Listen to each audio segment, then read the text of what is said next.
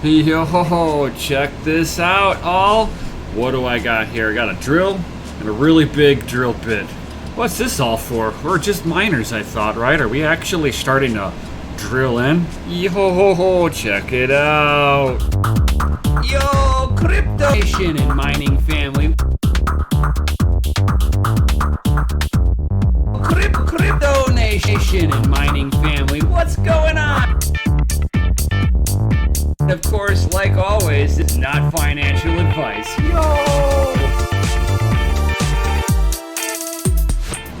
Yo, so what do I got going on today? So I got this big ass drill bit. What's this all about, guys? So, doing some upgrades in the mine, y'all. Woo! So, I like to sit there and split the load of my power and everything, not all on one circuit. This way, if you have a circuit failure, you're not losing everything you have on one circuit. And on top of that, I've got a few things that are plugged in and not 220, and I'd like to solve that. So today, I'm going to go over to some of the things that I'm going to be using to put some more 220 in the mine, guys. Remember, it's like the first thing as a real miner you're going to run out of is that power. You're going to utilize a circuit like that because you're putting a microwave to run around the clock on it. So you always want to try to keep that no more than that 80% rule. Anywhere in between 50 to 80% load on any one given circuit, and you are perfect. So, unless you're going to fillet open all your walls and put your receptacles into the walls, I have a crawl space down below, and what I'll do is I will carefully make an incision through my floor so I can feed a wire through. I mean, it might not be like to exact code because I'm not going to be fixing the outlet anywhere. It's just going to be on the floor. I'm not putting any covers on it. Why? Because nobody's walking by it. And if they do, I'm going to kick them really hard where it counts. Oh, yeah. So, this is what I'm going to be using to drill through my floor to the crawl space. Now, I don't need a drill bit this long, but it will work. I'm figuring I needed a drill bit to be about yay long to punch through. The extra actually helps me locate it whenever I'm down below. That's just one of the few things you're going to need to run 220.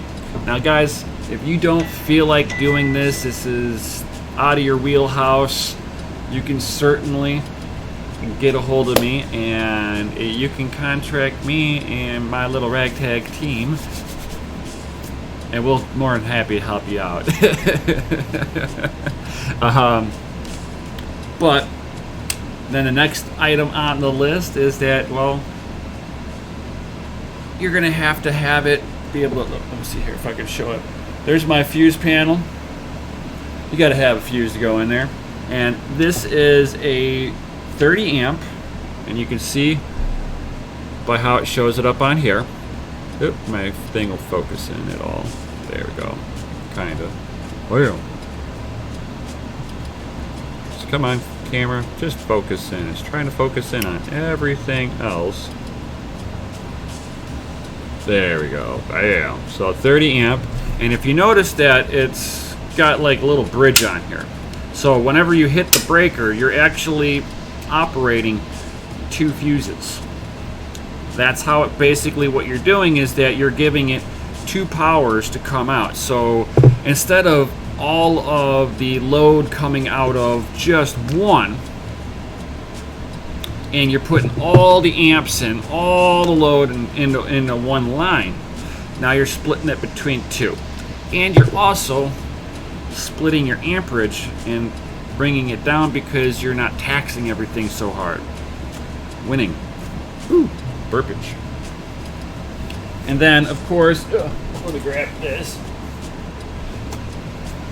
This is where you kind of get into a little bit of a discussion. So, this is a trip light. I'm not sponsored or anything. This is just what I have, the equipment that I use. I trust Trip Light. I've used them for years. Never had an issue with any of their equipment. So, this is a 30 amp power distribution unit. So, every plug here, which are the C19s, will get its own 12 amp fuse.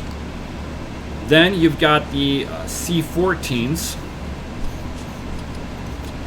and these are on an 8 amp rated fuse each.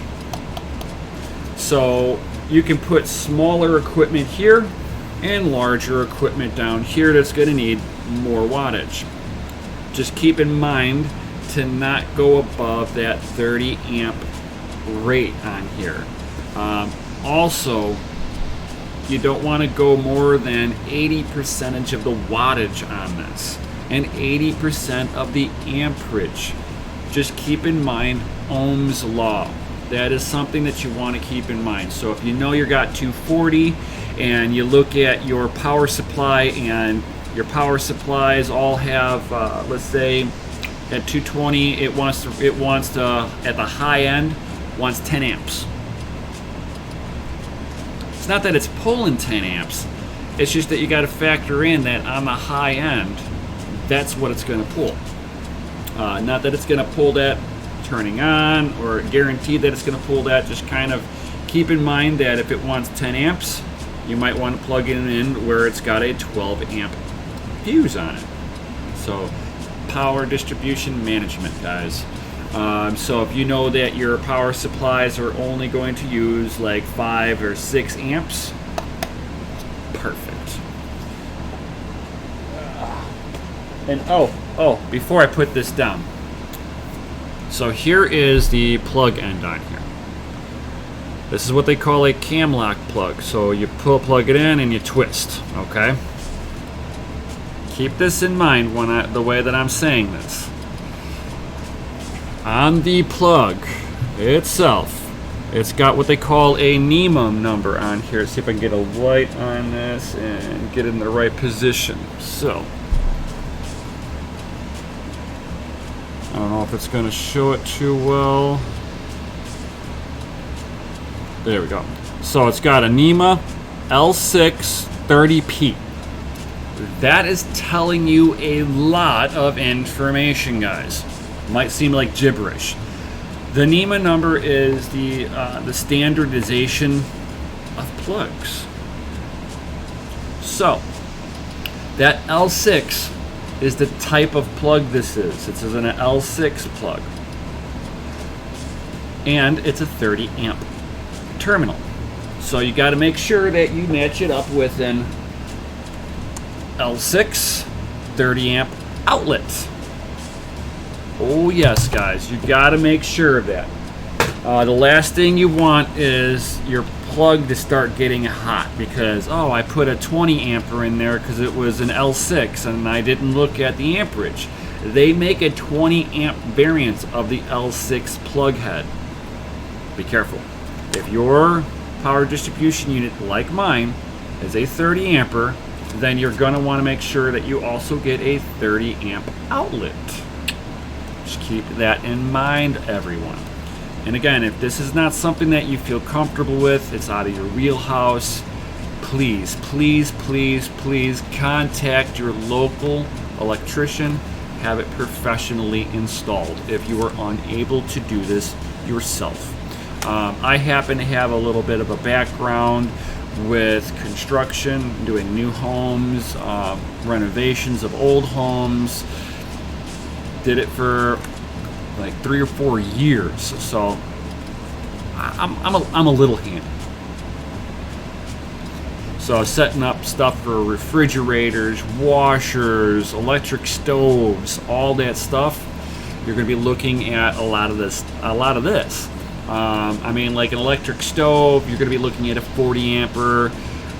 Some of the electric dryers are either a 30 ampere or a 40 ampere, depending on the model and how old it is, all that good stuff. So just kind of keep it in mind, guys. And then last, whoop, let me see here. There it is. Got everything in a bag down below. And of course, always, guys, put your outlets in a receptacle. Don't just let it lay about. You got 220 flowing through this thing. You don't want somebody to accidentally kick this thing and electrocute themselves, or have it lay over onto something and it starts a fire. Yeah, so again, you can start a fire. 220 is welding material. Okay, so with that in mind, guys, safety first. And I will hook up all of this stuff before the fuse ever goes into the fuse panel. I do not play with live wires, ever. If you gotta do an outlet replacement of any sort, dude, turn the breaker off before you touch it. You don't need to be waking up in the hospital because you decided to do some maintenance. Safety first, guys. Yo. And then, let's talk wiring, guys. This is important, okay? You can sit there and run 220 on 12 gauge, not bad. You can sit there and run a few thousand watts on 12 gauge. I'm just saying, at 10 amps, no problem. You want overkill and not have to worry about it? 10 gauge for the win, guys. It'll be a little bit of a more muss and fuss to bend it and all that good stuff, but you've got wiring that's better than the circuitry on a 30 amp.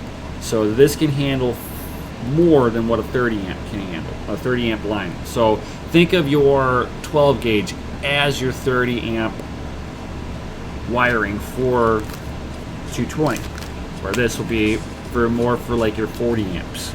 So I'm going to go ahead and use this stuff just so that I don't have to worry about, am I taxing the wiring, guys?